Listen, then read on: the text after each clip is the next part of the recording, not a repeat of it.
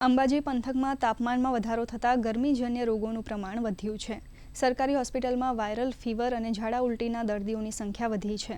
સરકારી હોસ્પિટલના અધિક્ષક ડોક્ટર વાય.કે. મકવાણાએ જણાવ્યું હતું કે સામાન્ય રીતે 300 જેટલી ઓપીડી હોય છે, તે દર્દીઓનું પ્રમાણ હવે 400 ઉપરાંત થયું છે। ત્યારે દવાની સાથે તેમજ હોસ્પિટલ દ્વારા લોકોને ગરમીથી બચવાના સૂચનો પણ કરવામાં આવ્યા છે। તેમજ હોસ્પિટલ દ્વારા વૈશાખી પૂનમે અંબાજીમાં દર્શનાર્થીઓને ગરમીથી રક્ષણ મળે તે માટે ગ્લુકોઝ અને ORSની 1000 જેટલી બોટલ પણ નિઃશુલ્ક વિતરણ કરવામાં આવી હતી। ઉપરાંત બસ સ્ટેશનમાં કોઈ મુસાફરને તકલીફ ન થાય તે માટે આરોગ્ય કેમ્પની પણ સુવિધા ઉપલબ્ધ કરવામાં આવી છે।